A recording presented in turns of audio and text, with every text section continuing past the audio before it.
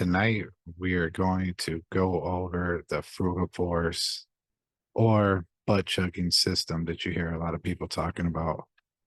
Now, this is something I get asked a lot, and I basically have to tell people, oh, you got to go watch, 16, I believe, of our 27 some odd episodes that we're focused on growing and the grow methodology.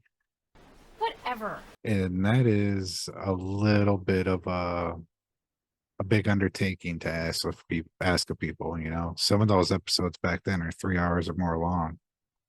And so what I'm trying to do tonight is give you guys a short form, one video that you can watch that can really, really get you rolling and understanding and feel comfortable to start up this system while you learn from all the different Jedis throughout the years. Let's party. So basically, let's start with the build.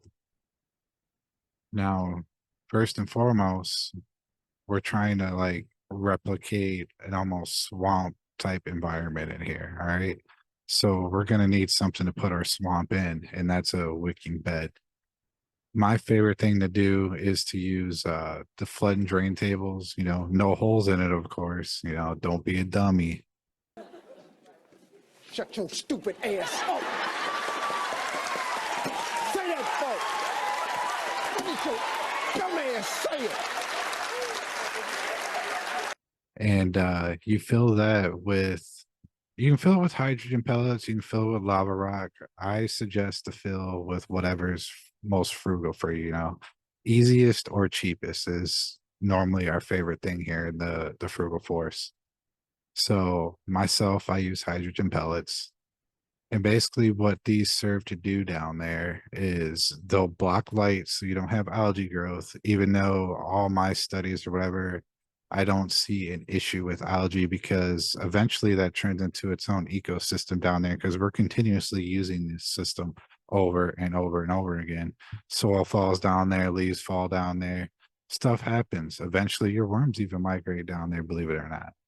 But other than all that and the algae block, it actually works as an extension of your pot. So say you have a 20-gallon pot and you have it in a wicking tray full of these pellets. Your roots that are covered by those pellets, they're going to continue to expand and essentially turn your pot into a much larger pot. Super mode. And that's a very, very nice strategy for if, say, you have a taller ceiling height in your grow room. You could add more hydrogen pellets in there and save on soil.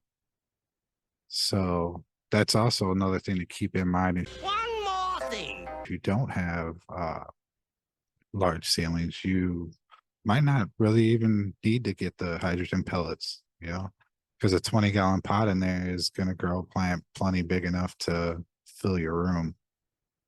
So that could be a nice little money saver in there, and they'll do just fine without them. Like I said, you might see a little bit of algae growth, but all it is adding to your ecosystem. We're building an environment in here where there's energy in there. We're cultivating an living ecosystem. In this room behind me, there's trillions of things living in there.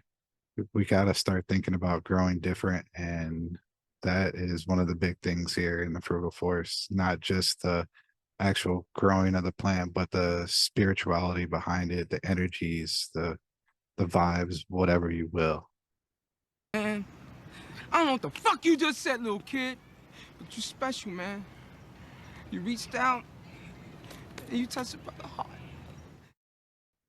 So just always keep that in mind. Now, after the hydrogen pellets, I recommend some fabric pots that are of high quality. Because remember, we're trying to keep this system going for years and years and years. So we want fabric pots that aren't going to break down. They'll go through some beating. You have your roots busting through them, depending on how much hydrogen pellets and stuff you have down there. They get some wear and tear. Myself, I ended up getting some custom pots built by Easy Swap Pots, and they're like double stitch, super thick. These things are tanks because when I first started out with this system, basically all my old pots, other than the ones that I chucked outside, they all got torn up. I couldn't keep using them. I'm about to say about 2 or 3 years into it, I had to replace all of them. So keep that in mind too when you're building a system. Like we want to be frugal, but this is one thing in the system that I wouldn't recommend being frugal on. Get the highest quality you can.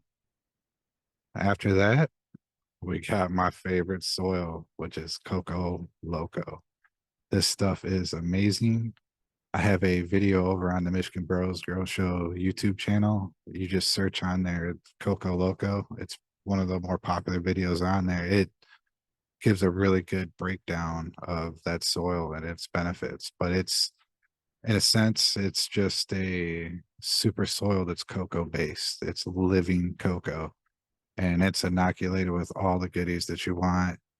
I recommend that people on their first run with this system, that's all they use is that and water. And you don't even bring in your reamendments or soil conditioners or anything like that until your second run. So that's another thing you keep in mind to save some money. You know, we like to keep it frugal. I'll keep on saying saving money.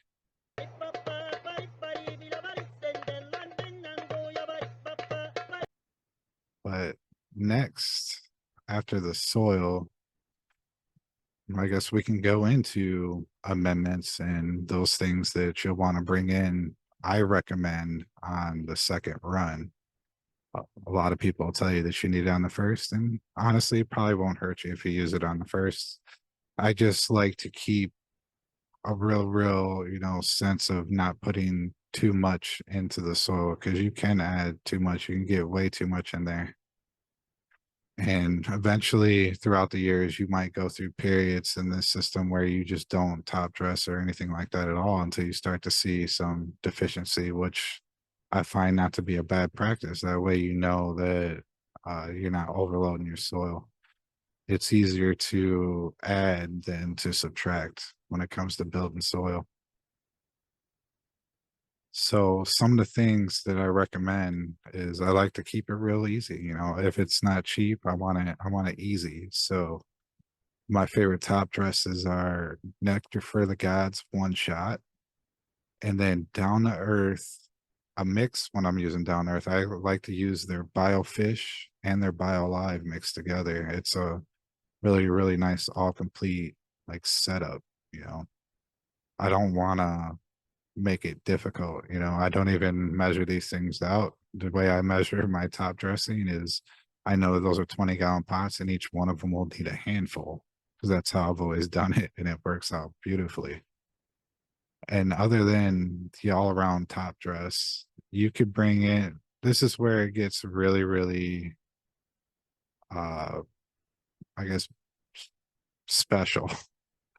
The system plays to your lifestyle. I like to say that a lot. So if you're someone that likes to do a lot in the garden and you don't want this easy setup that I use, you can bring in tons of other stuff, malted barleys, fermented plant juices, all those good things. You can even bring in, if you're one of those hybrid guys, some guys do it. You can bring in certain bottles to give yourself a boost. But there's special steps when you do that in these kind of systems, and you want to bring in other things later on, and it makes it super, super difficult. But if you watch the series on YouTube, we do go over the Synganic Frugal Force build. But myself, just all in one top dress and your conditioners. And speaking on conditioners, the two that I like is firstly gypsum. Helps with the soil structure and drainage. It's good stuff. And then I also like to bring in some garden lime because it'll help moderate the pH. I know that you hear me say all the time, oh, you don't need the pH, but you do kind of want to worry about pH. Now, listen to me. Yes, your system or your microbes or whatever, they can figure it out. They have systems to help your plants get what they need, especially if we have a nice microbial dense soil. But hear me out on this. I don't think that's the best route to go. If you're a super nerd and you have the equipment, you have the passion, definitely monitor your pH because I truly, truly believe that your microbes, your fungi, your whole system in there will work better when they don't have to use that extra energy to mess with all these wild pHs to bring the things or bring the plants the things it needs. So it's just a nice little tip there. But yeah, myself, I have thrown out my pH pens. I haven't used a pH or ppm meter. I want to say 8 years now, probably. Uh, but I do always add garden lime in the proper proportions that what the bag or the box that you get says, because it's nice to keep your soil in the correct pH ranges. So other than that, we have to talk about the very top, your topsoil. It's a very important thing because the way that we run this system, we're going to be butt chugging our water. And the top during the dry out process, which is very important, I find in this system, like you don't want to keep it fully saturated. You want to let it dry out until when you touch the sides of the fabric pot, they're not moist. Yeah, I know some people don't like moist, trigger word. So what you do when you're dealing with your topsoil in the system, so you can go, I recommend one or two routes. You can go with a nice thick layer of rice hulls, which also work as more anti-gnat defense. If you have gnat issues, frugal forest system with the 2-inch layer of rice hulls, you don't know what gnats are. But the other route you can go, which is pretty cool, is running a cover crop. I recommend you run the cover crop through veg, and then once you flip the flower, that you chop all these things down because they'll create an even better like mulch layer on your topsoil, and they'll start to break down and they'll turn into goodies. And whenever, say, you might need a little extra boost of nutrition, I find that you can come in out of nowhere and do a little top watering in our butt chugging system, believe it or not. And that'll give the plants normally the boost they need.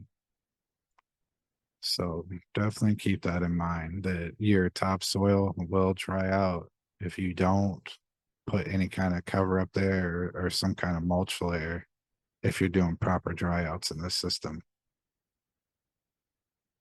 So yeah, that's a pretty good summary of how to do this system and why we do it.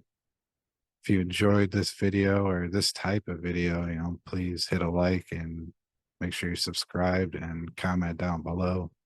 And I'll keep doing them. There's all kinds of stuff I can talk about. But on that note, I hope everyone has a dank night.